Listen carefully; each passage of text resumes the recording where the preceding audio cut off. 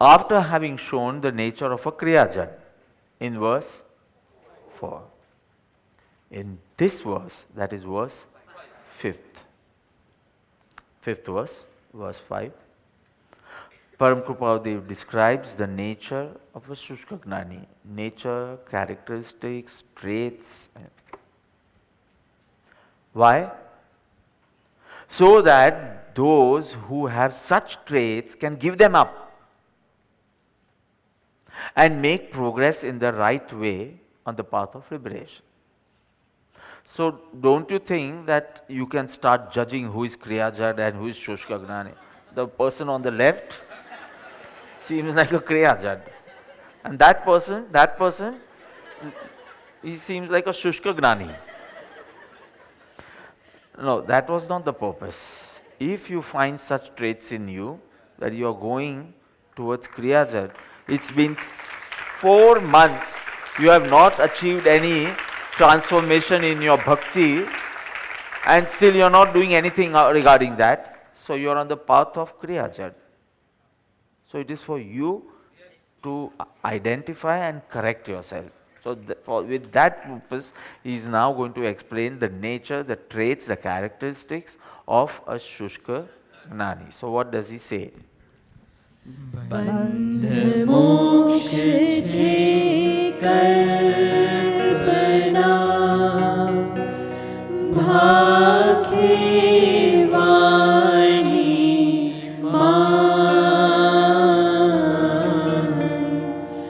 वरते मोहावेश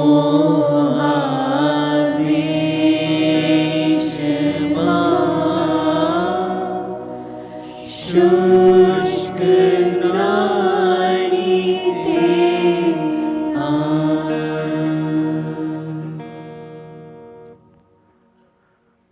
Word to word meaning. Bandha moksha che, the concept of bondage and liberation. Bandh means bondage, moksha means liberation. And this concept of bondage and liberation, what is he saying? What is the Shushka Gnani saying? Is kalpana. It's just an imagination. Atma is pure. Atma is Shuddha, Buddha, Chaitanya again. I've been always saying that. Don't claim me as a Shushka Gnani. You see the whole thing. I have been saying that. Shushka Gnani is also saying that. You call me Agnani, I don't mind. Don't call me Shushka Gnani. Because I am not doing this. So Bandha Moksha Che Kalpana, the concept of bondage and liberation is just an imagination. Bhakhe Vani Mai, he speaks like that. It's just imagination. Atma is just pure.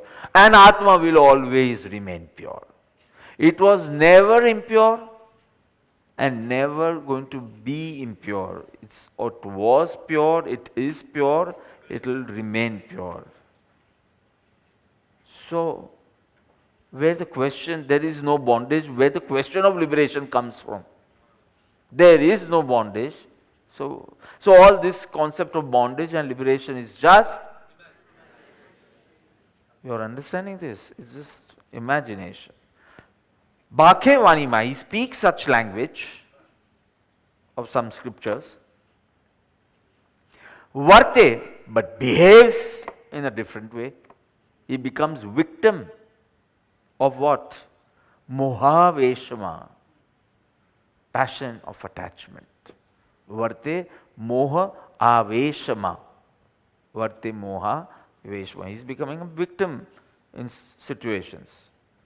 Shushka Gnani, such a person is called Shushka Gnani, meaning dry intellectuals, hollow intellectualist, barren scholar, or one who with superfluous knowledge. Te ahi, consider him that. So, short meaning, a person having barren knowledge lives in delusion. A person having knowledge lives in delusion. No. Barren knowledge. So you'll put all Atmagnani varte mohaveshma. A person having barren knowledge lives in delusion. He calls bondage and liberation of the soul as an illusion, imagination. They speak in words, but their life is full of delusions and are victims of infatuations, such that they degenerate morally and spiritually. They don't achieve self-realization, that is another thing. But morally also, they degenerate. So, the decay of this society is more by Shushka Gnanis than Kriya Jad.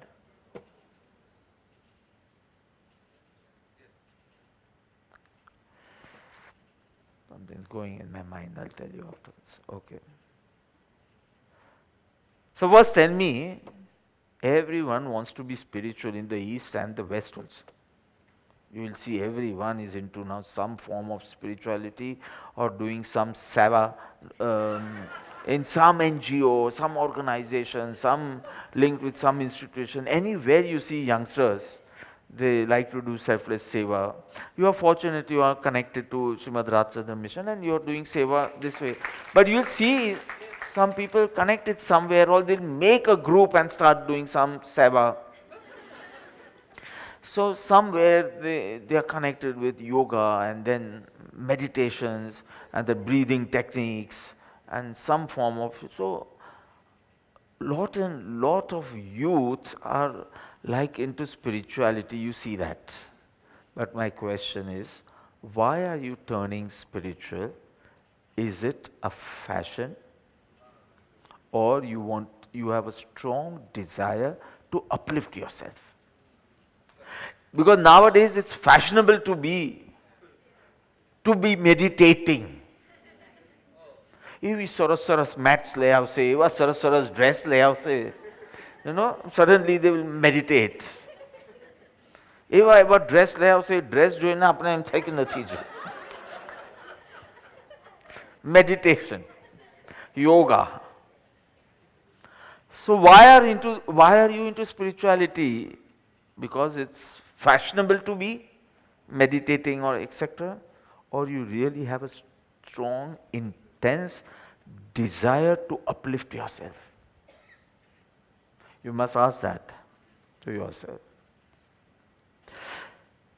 Talking high philosophy in lofty words, but don't you think it's just mere show, no substance? Unchi vato, lofty words, high philosophy, all show, no substance. All display, no depth. Display, एक आध 10 minutes નું lecture આપવાનું હોય તો શું fantastic words બોલશે, phrases નાખશે, એટલું spicing because it's full of spices more than matter. Just a 5-line બોલવાની હોય mic પર, you know, કે 2 શબ્દ બોલે, 2 શબ્દ બોલજો. Nobody has said 2 શબ્દ up till now. Once I had said, કે રાકેશભાઈની વિનંતી 2 શબ્દ બોલે. So I came on the stage and said thank you. Then I said I could have spoken more, but you said only 2 શબ્દ. No. Literally people have to tell you ઓછું બોલજો, જલ્દી બેસી જજો, 2 જ મિનિટ allot કરી દેજો. I will never speak there. So when they ask, you know, in China also I've been going since 2005. And every year they have offered me to speak as a keynote speaker. I have witnessed, first of all, keynote speaker gets large audience by 20 minutes. They are always running late. They come at the last moment and say, please try to finish in 10 minutes. I am not keen to speak at all. If you are keen to hear, say, give me 25, not cut 10. So I said, but I am not interested in this keynote speech. Give me a swadhyay time, give me any time, 1:30 in the afternoon also is fine. It's sleeping time in India. but US માં કોઈ સુવે નહીં. In fact, they are most fresh at that time. So I realize that now I go for 1:30 to 2:30 only. પહેલા new જર્સીના કન્વેન્શનમાં I took the 4:30, 5:30 slot. મેં કીધું ઊંઘે પછી ચા પીને આવે તો ફ્રેશ હોય ને. પણ by 5:30 you people are really tired. But if I take 1:30 session, you people are so fresh. એક તો થોડું થોડું salad ખાઈને આવ્યા હોય. So, talking high philosophy, but only display of words and no depth. Barren knowledge. Dry. Lofty words, but still you realize it's dry. You are not getting inspired. But wonderful framing, wonderful words, wonderful sentences, wonderful delivery. Not touching. Why? Because words are without understanding, or understanding is without actions. Either the words he is speaking is without understanding, or understanding but without actions.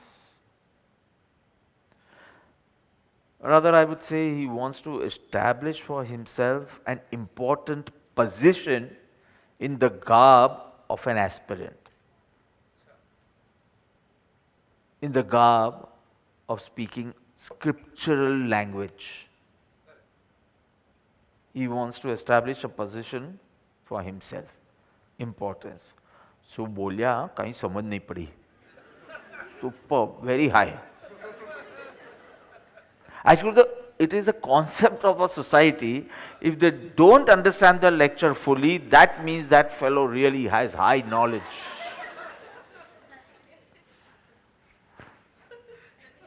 So once somewhere someone told me, आपको खबर है क्या था name? I don't know. क्या હૈલા એમના લેક્ચરમાં તો બધું સમજાયું. Somewhere I don't recollect. So I said, isn't it obvious you are sitting here for 1 hour and you should go deeper than just understanding? But you know, up till now, whoever has come, you know, hardly 1 or 2 sentences we have understood. Hello, આનું બધું સમજાય.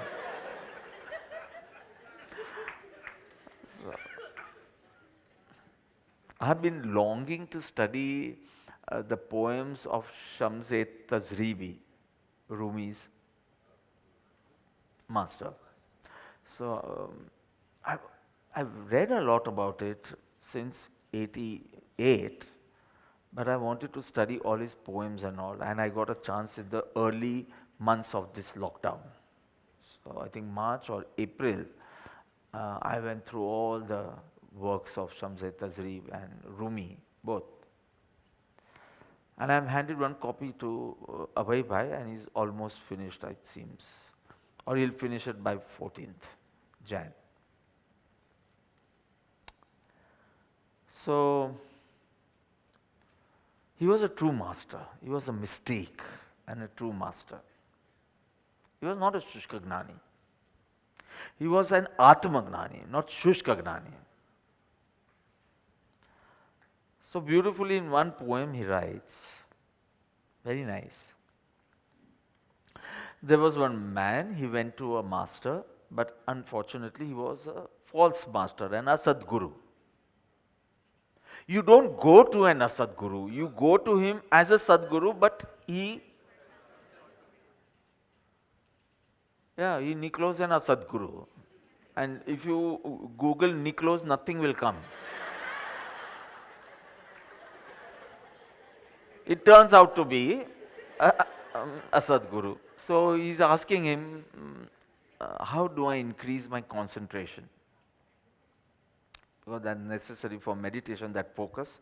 So how do I increase my concentration? And that fellow is saying, you need to see the reflection of the moon in a small bowl, whatever you must be saying, bowl of water. નાનકડી વાડકી પાણીની એની અંદર the reflection of the moon, and you need to see that. That will increase your concentration and that will help you in meditation. And poor fellow, he literally broke his neck in seeing the reflection of the moon in that small bowl of water. And once when he was trying this, and Shamset Tajribi was passing by, and he could see that fellow struggling, and he actually got pain in his neck, practicing on this. So that fellow asked him, "Can you help me in this pursuit of mine?" He said, "Yeah. Why don't you look at the moon directly in the sky?" Instead of blindly following this long method, see, though Chandrama say you won't break your neck also. So sometimes we get so caught and trapped in our own loop thinkings.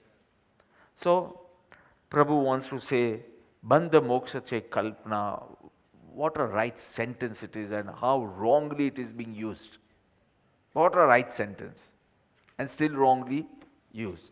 So we'll start with Bandha moksha che kalpana. So sometimes a sadhak, an aspirant, start, reading books, scriptures, which are dealing with the absolute viewpoint regarding the nature of the self, soul, sorry. Atmani વાત છે એટલે soul આવી છે. પોતાની વાત હોય તો self, આત્માની વાત હોય તો soul.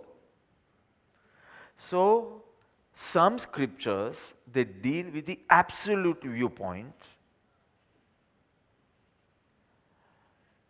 which says that Atma is, the soul is pure. And they conclude that the soul cannot be polluted. So the concept of defilement or bondage is imaginary, because the soul cannot get polluted. Impure થઈ જ ન શકે. આત્માનું સ્વરૂપ જ શુદ્ધ છે.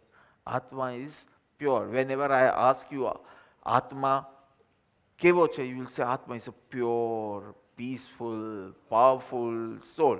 So forget peaceful and powerful. Atma is pure soul. So you are Atma, so you are pure, so you are not polluted only. So there is nothing like bondage. So why are you asking what is the right path of liberation? Chakravya? You understand? What you don't understand is there are multiple viewpoints to study the soul. From the absolute viewpoint, which is called Nischay Nai, and we'll be doing it in detail afterwards. I'm not touching that. From the absolute viewpoint or viewpoint of reality, the nature of the soul is pure. But there is another viewpoint, relative viewpoint, in relation to karmas. Atma is in bondage with the potential to get liberated. I think it's so clear. I've finished. From the absolute viewpoint, the nature of the soul is pure. To the extent it can never get polluted or impure, it was never impure, it will never be impure.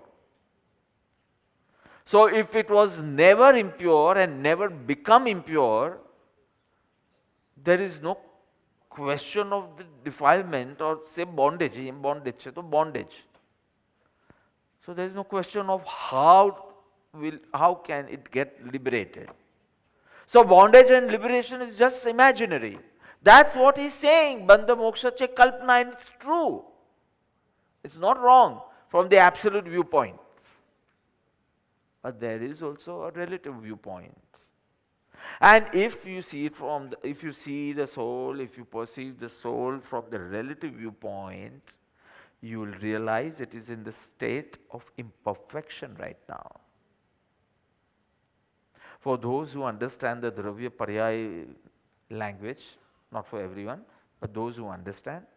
So Dravya Swabhav means the nature of the substance, soul.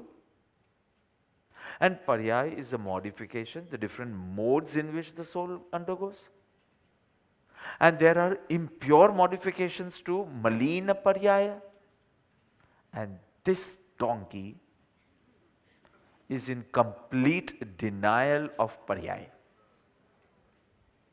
And what he's saying is completely true regarding the Dravya. So regarding the Dravya is completely true. So I will say this Bandha Moksha Che Kalpana is a perfect statement used by a wrong person, who is in the complete denial mode of Paryaya, modification, and Malina Paryaya,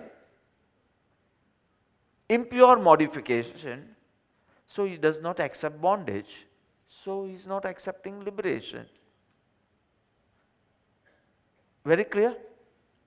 So now what happens?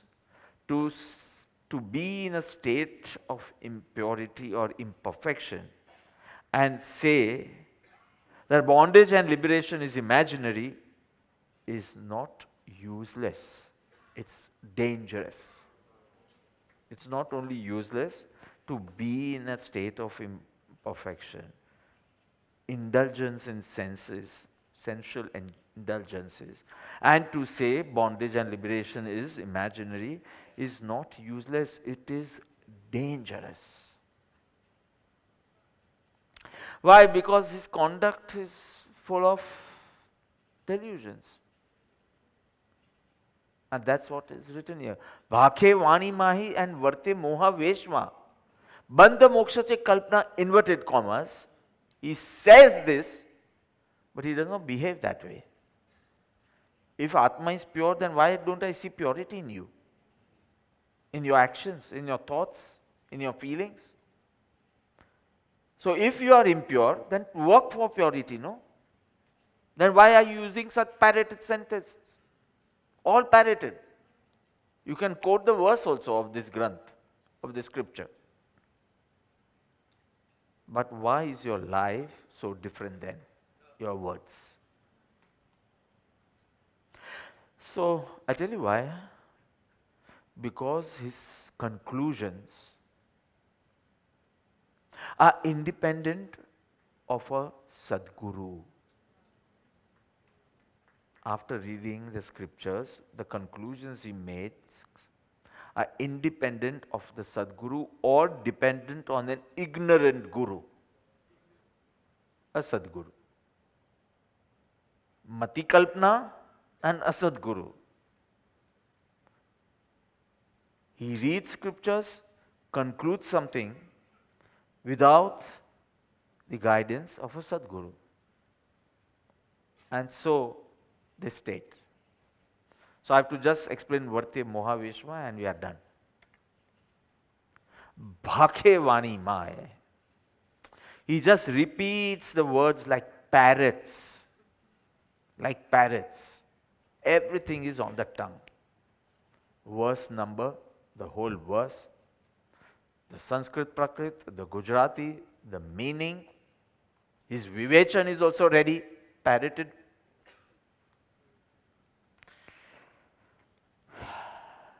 And so he says bondage and liberation is just figment of imagination. But in life, in daily life, we see him as victims of infatuations. He is gripped by desires and passions. We can see that. He is gripped. Favorable situation, he gets attached. Unfavorable situation, he reacts. We see he speaks high philosophy and lofty words. But in favorable situations, we see him so attached and engrossed both. And unfavorable situations, we see so much panic, worry, anxiety, reactions, anger, blaming. that very fellow who says, એક દ્રવ્ય બીજા દ્રવ્યનું કાંઈ કરી શકે નહીં, one substance can do nothing in another substance, that fellow is blaming others for his sorrow. So what he's speaking and what he's feeling or doing, great disparity. This disparity you won't see in an Atmagnani. So this is the way you can differentiate. Speaking, both will speak the same. Both will speak the same. Atma is pure spoken by Shushkagnani, Atma is pure spoken by Atmagnani. But this disparity, Varte, beautiful choice of words. Bhake speaks in Vani, in words, but Varte behaves very different. Moha Veshma, in the grip of desires and passions. No focus of inner transformation and no efforts to destroy delusion. But reading is perfect every day, per fixed time, reading of the scriptures, attending satsangs, or giving satsangs, whatever. Perfect. But no focus of inner transformation and no effort of destroying the delusion. So he is only interested in talking parroted words of the scriptures. This indulgence in the sense objects, or you can say sensual activities, because of that, he does not benefit from the scriptural study he has done, and he drifts away. And because he is drifting away from the true path, Param Krupadev calls him Shushkagnani and not Atmarthi, but Shushkagnani. So much scriptural knowledge. Only if he had a Sadguru to inspect, no, he would have attained high levels of spirituality. So much effort and still getting drifted away. So, this is the difference between Shushkagnani and Atmagnani. Mainly the denial of the pariyai, denial of the modifications. He overlooks that, and because of that, his conduct and his feelings and all does not match with what he speaks. And still he wants to gain importance by what, there will always be a group who just enjoy the lecture and consider you great. So, Varte Bhakyavani Mai, Varte Moya Veshma. So, this is the way the characteristics of a Shushkagnani, so beautifully, so brief.